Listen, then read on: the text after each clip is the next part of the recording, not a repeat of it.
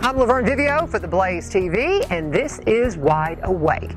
Now, I'm sure you probably recognize the map behind me because it's behind Glenn a lot during the afternoon show. But I thought it would be perfect setting to ask the question, how old do you think the Earth is? It's a question I get all the time when people realize I do evidence ministry. It's one of the first questions that I went seeking answers for when I began this journey 20 years ago. And it's a question that a lot of people assume everybody that has faith will answer 6,000 to 10,000 years old. And I actually have a lot of friends who believe that. I call them young earthers, but it's just a young earth doctrine, a young earth theology that has at its foundation the understanding or the belief that the earth was created with a history. Because if you look at the creation story, Adam and Eve were created with a history because they were created and God said, be fruitful and multiply. They would have had to have been adults for that to take place, so we believe that Adam and Eve were created with a history. A lot of people believe the earth was as well.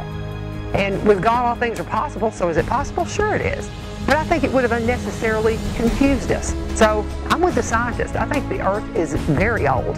We don't really know how old. And I believe God even indicated what he was doing during that time period when he mentioned to Job in Job 38:4, where were you when I laid the foundations of the earth? And I think he also gave us a very, very brief record of that time period in two undated verses, the first two verses in the Bible, Genesis 1, verses 1 and 2. Look at them literally translated.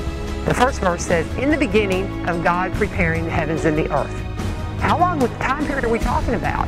What was going on during that time period? Was that maybe when God was laying the foundations of the earth as he mentioned to Job? Or could that have possibly been when dinosaurs walked the earth and the earth was vastly different than what we now know it to be? Then in verse 2, look at the literal translation. It says, and the earth hath existed waste and void. Some of the translations will say the earth became waste and void. Waste and void for how long? How did it become waste and void? Could it have possibly been due to an asteroid strike, as the geological record indicates? God and science don't contradict each other. They validate each other with every discovery we make. Are there still a lot of unanswered questions? Absolutely. But I think Lee Strobel said it best in his book, The Case for Christ. He was an atheist and went looking for answers and went digging into the evidence of Jesus Christ. And he got to a point, he said, that the evidence was so overwhelming that it required more faith for me not to believe than to believe. I believe the same can be said for God and the creation. Whether God chose to create the earth with a history over a short period of time or layer by layer over an expansive amount of time, it doesn't matter. You can see intelligent design. You can see God everywhere you look because the heavens declare the glory of God. The skies proclaim the work of his hands, day after day and night after night.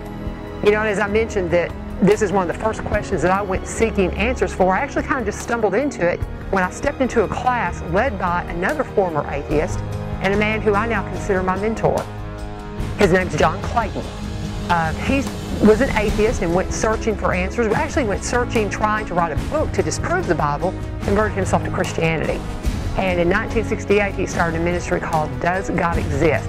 You can go look at his material, doesgodexist.org. He's got a ton of free material that you can dig into. He's the scholar. I'm the student. If you want to look at my notes, you're more than welcome to at lavernvivio.com. It's a free download called Constitution of Faith. You can also hit the contact link and send me some comments or questions that maybe we'll cover in future episodes of Wide Awake, because I am just getting started.